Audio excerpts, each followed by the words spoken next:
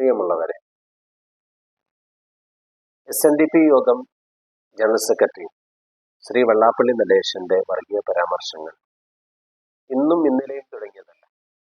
അദ്ദേഹം പല സന്ദർഭങ്ങളിലും പല രൂപത്തിലുള്ള പരാമർശങ്ങൾ നടത്തുകയും അതിനെ പിന്നീട് ന്യായീകരിക്കുകയും വ്യാഖ്യാനിക്കുകയും ഒക്കെ ചെയ്തിട്ടുള്ളത് നമുക്ക് കാണാൻ സാധിക്കും.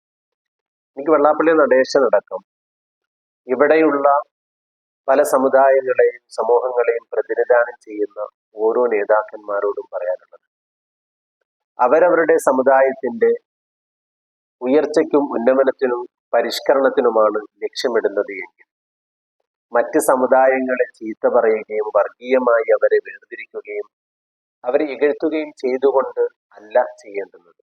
നേരെ മറിച്ച് നിങ്ങൾക്കൊക്കെ മുമ്പ് പ്രത്യേകിച്ചും ഈഴവ സമൂഹത്തിന് ഒരു നേതൃത്വം നൽകിയ ഒരു വ്യക്തിത്വമുണ്ടായിരുന്നു, ശ്രീനാരായണ ഗുരു. അദ്ദേഹം വലിയൊരു പരിഷ്കർത്താവായിരുന്നു, നവോത്ഥാന നായകനായിരുന്നു. അതേസമയം തന്നെ മുസ്ലിം സമൂഹത്തിലും ഉണ്ടായി വക്കം മൗലവിയെ പോലെയുള്ള, KM മൗലവിയെ പോലെയുള്ള ആളുകൾ. പ്രത്യേകിച്ചും വക്കം മൗലവിയും ശ്രീനാരായണ ഗുരുവും തമ്മിൽ നല്ല ഒരു ബന്ധമുണ്ടായിരുന്നു. വക്കം മൗലവി ശ്രീനാരായണ ഗുരുവിനെ നാണുവാശാൻ എന്നായിരുന്നു വിളിച്ചിരുന്നത്. രണ്ടുപേരുടെയും പരസ്പരമുള്ള ആശയങ്ങൾ പങ്കുവെക്കുകയും ഒരേ സമയം മുസ്ലിം സമുദായത്തിന്റെ ഉന്നമനത്തിനായി വക്കം മൗലവി ശ്രമിക്കുമ്പോൾ അതേസമയം ശ്രീനാരായണ ഗുരു ഈഴവ സമുദായത്തിന്റെ, ഹൈന്ദവ സമുദായത്തിന്റെ ഉന്നമനത്തിനായി ശ്രമിച്ചിട്ടുള്ളത് നമുക്ക് കാണാൻ സാധിക്കും. അവർ ആ സമുദായത്തെ സമുദ്ധരിച്ചത്, നവോത്ഥാനത്തിലേക്ക് നയിച്ചത്, കേരളത്തിലെ വലിയ നവോത്ഥാനത്തിലേക്ക് നയിച്ചത് വിദ്യാഭ്യാസം സമൂഹങ്ങളിൽ വരണമെന്നും സമുദായത്തിനുണ്ടാകണമെന്നും രണ്ടു കൂട്ടരും ആഗ്രഹിച്ചു. അതേപോലെ തന്നെ അന്ധവിശ്വാസങ്ങൾക്കും അനാചാരങ്ങൾക്കും എതിരായി അവർ രണ്ടുപേരും നിലകൊണ്ടത് നമുക്ക് കാണാൻ സാധിക്കും. കേരളത്തിൽ പലതരത്തിലുള്ള അന്ധവിശ്വാസങ്ങൾ നിലനിന്നിരുന്ന ഒരു കാലഘട്ടമാണ്.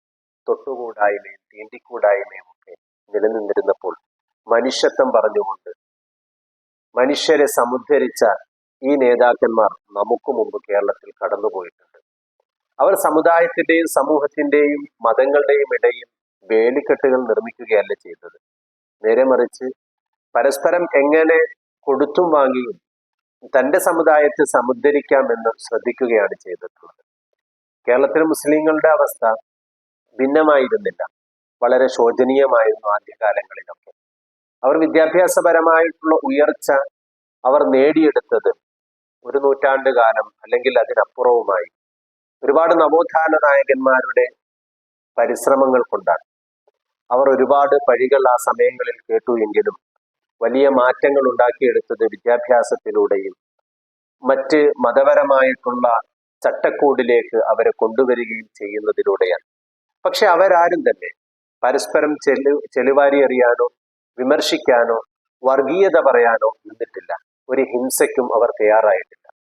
നമുക്കിന്ന് പല സമൂഹങ്ങളിൽ നിന്നും അവരവരുടെ സമുദായത്തെയും സമൂഹത്തെയും സമുദ്ധരിക്കുകയും അവരെ ഉണർത്തിക്കൊണ്ടുവരികയും ചെയ്യണമെന്ന് സ്വയം, അല്ലെങ്കിൽ അങ്ങനെ ചെയ്യുന്നവരാണ് എന്ന് സ്വയം അവകാശപ്പെടുന്ന ആളുകൾ ഓരോരുത്തരും ഇന്ന് പക്ഷെ വർഗീയത പറഞ്ഞിട്ടാണ് അവർ അവരുടെ സമുദായത്തെ സമുദ്ധരിക്കാൻ എന്ന വണ്ണം അവർ അവരോടൊപ്പം കൂടുന്നത്.